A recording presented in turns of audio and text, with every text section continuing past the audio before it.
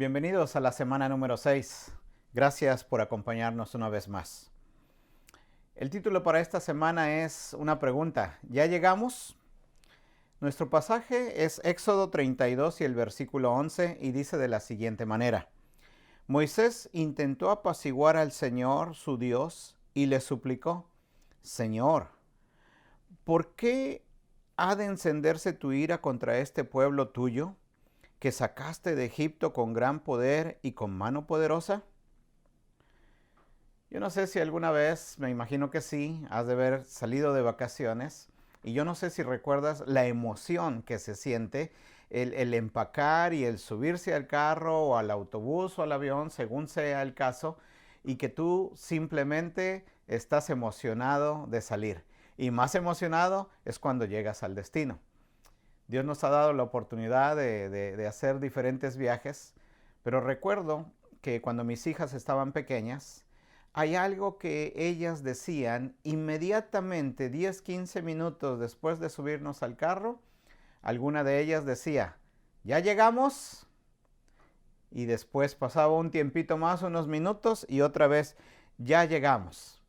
Y surgía también el problema cuando agarrabas una ruta y te equivocabas y que eso te llevaba a que tú llegaras todavía con un retraso más. En esta lectura de esta semana que tenemos nos encontramos que el pueblo de Israel está en el desierto. Ahora, yo quiero que nosotros nos metamos en la lectura y que pensemos como el pueblo de Israel.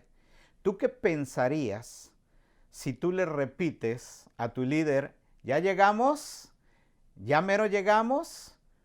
¿Cuánto nos falta?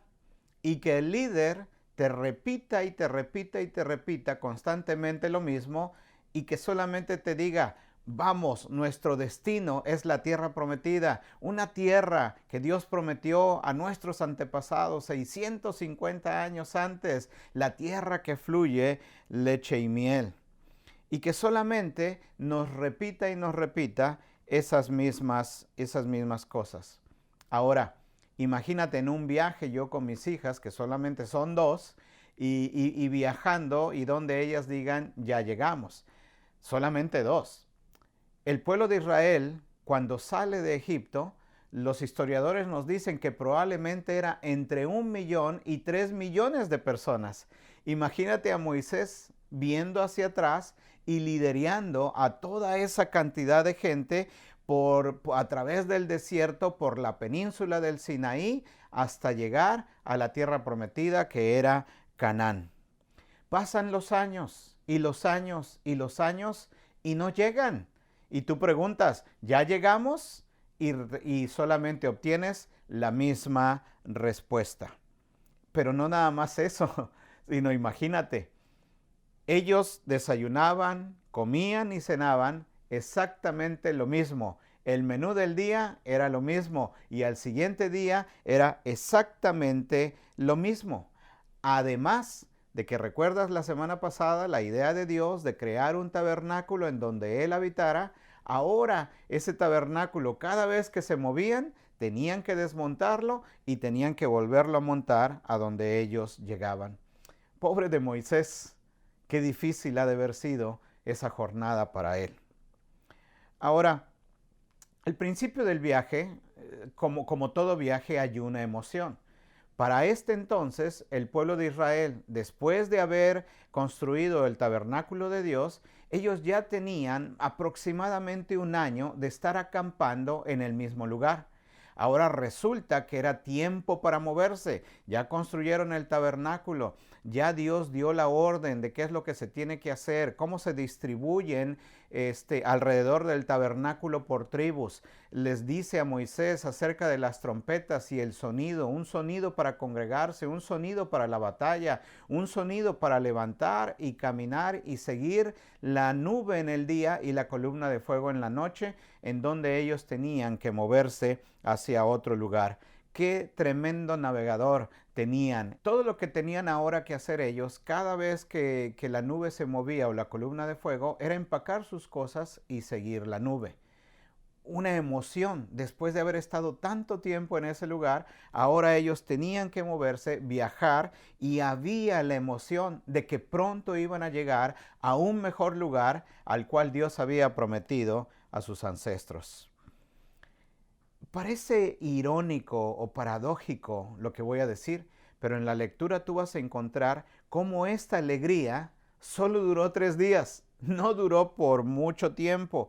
Pareciera que el pueblo de Israel había captado la idea central de Dios, que Dios quería habitar con ellos y Dios quería tener una relación con ellos, e iban al lugar que Dios había preparado desde hace mucho tiempo para que ellos habitaran en ese lugar.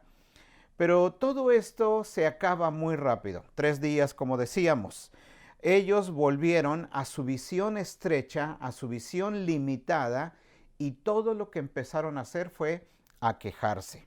Hace mucho calor, hay mucho polvo, estamos cansados. Esto se está llevando más tiempo de lo que nosotros pensábamos.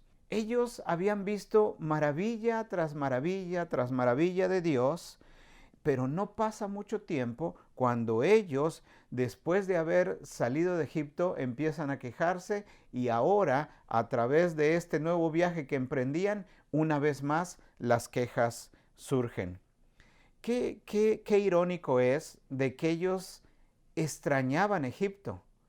Es como decir, extrañaban el haber estado esclavos, en donde eran forzados a hacer trabajos, eran latigados, trabajaban 7 días, no había descanso. Es irónico pensar de que ellos extrañaban esto, de tal manera que le decían a Moisés: allá en Egipto teníamos pescado, teníamos melones, pepinos, cebollas, y todo era gratis, Moisés.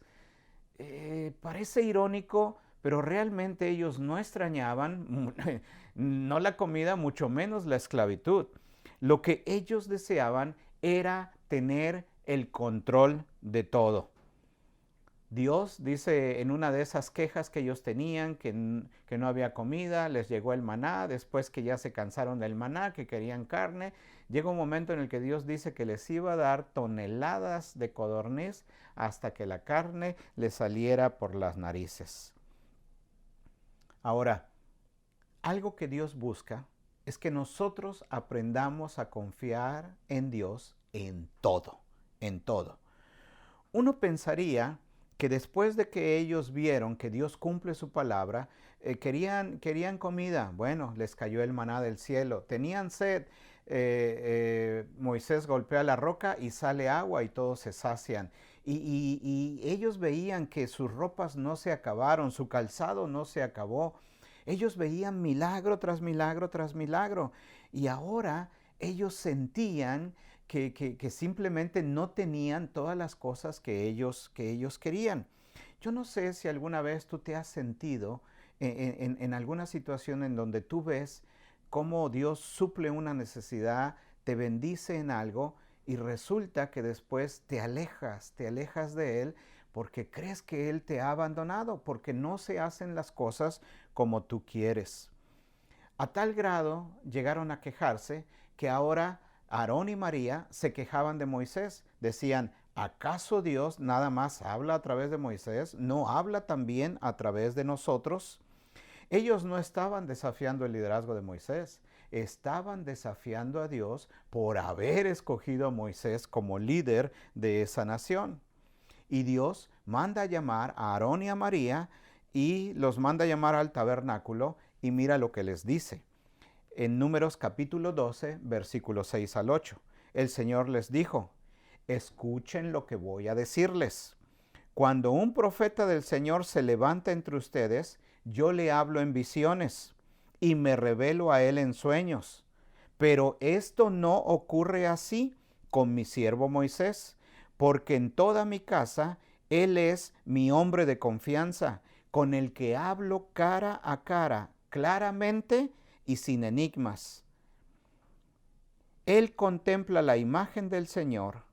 ¿Cómo se atreven a murmurar contra mi siervo Moisés? Dios de alguna manera los reprende.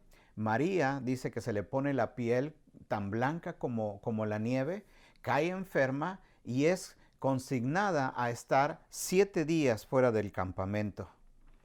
Quizás, a lo mejor para ti, para mí, se nos hace un poco exagerado el castigo, porque nosotros podemos decir, ¿quién no habla de alguien? Todos estamos hablando constantemente a lo mejor de alguien más.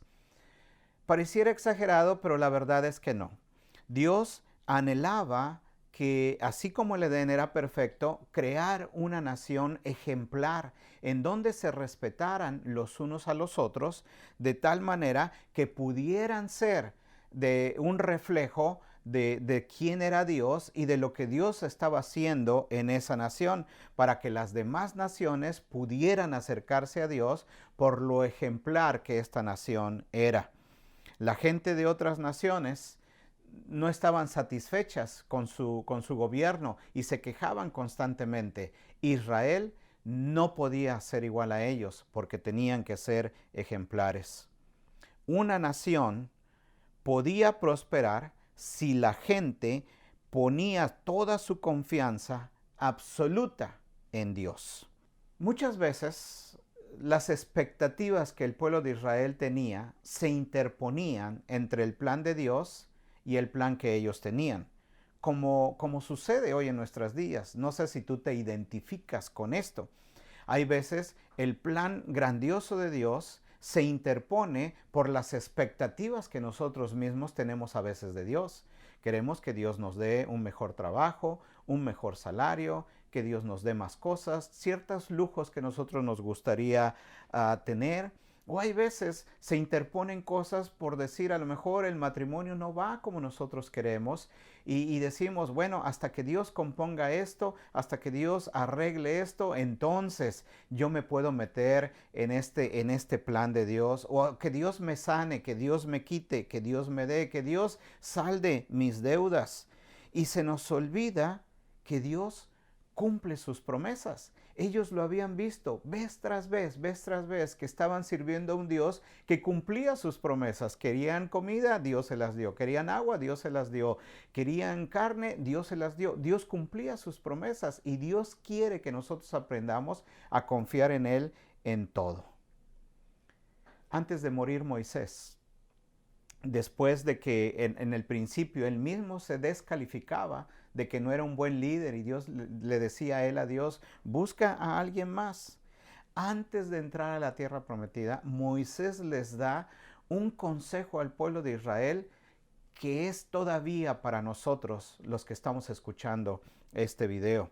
Antes de que él pereciera, antes de que él muriera, Moisés conocía al pueblo a cabalidad, de tal manera que él sabía que el pueblo tendía a alejarse de Dios cuando las cosas no iban en la manera como ellos quisieran. Ahora Moisés le presenta dos alternativas al pueblo. La primera, ama a Dios y obedécelo y disfruta de una vida próspera. La otra alternativa era, dale la espalda a Dios, desobedécelo y sufre las consecuencias, la destrucción. En Deuteronomio capítulo 30 y el versículo 19 y 20 dice la palabra así: Hoy pongo el cielo y la tierra por testigos contra ti, de que te he dado a elegir entre la vida y la muerte, entre la bendición y la maldición.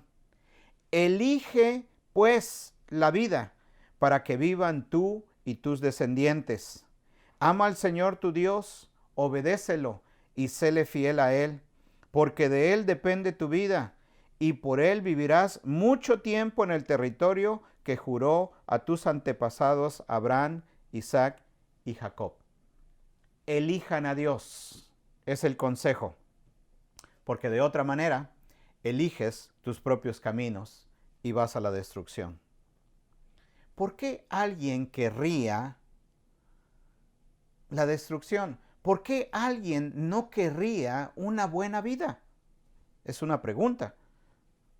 Nuestra vida es como un viaje. Dios quiere guiarnos en esta jornada. Dios quiere guiarnos en este viaje. Dios quiere que lleguemos nosotros a nuestro destino y que en esta jornada también nosotros la podamos disfrutar. Si Dios dice a la izquierda, a la izquierda. Si Dios dice a la derecha, adelante o atrás o párate. Tenemos que obedecer a Dios y en algunas ocasiones Dios va a decir, esto va a estar difícil, pero atraviesa todo esto. Recuerda la promesa que Él te da. Así como se la dio a Moisés, se la dio a Josué y nos la da a nosotros. Él va a estar con nosotros. Recuerda que cualquier cosa que tú elijas en este viaje, hay otros que viajan con nosotros. Sea tu esposa, tu esposo, según corresponda, sean tus hijos, sean tus familiares, seres queridos, la gente que te rodea, ellos viajan con nosotros. De lo que nosotros elijamos va a depender muchas de las veces también el camino y el destino en el cual ellos van a tomar. ¿Ya llegamos? Todavía no. Pero recuerda que Dios está con nosotros en esta jornada. Nos vemos la próxima semana.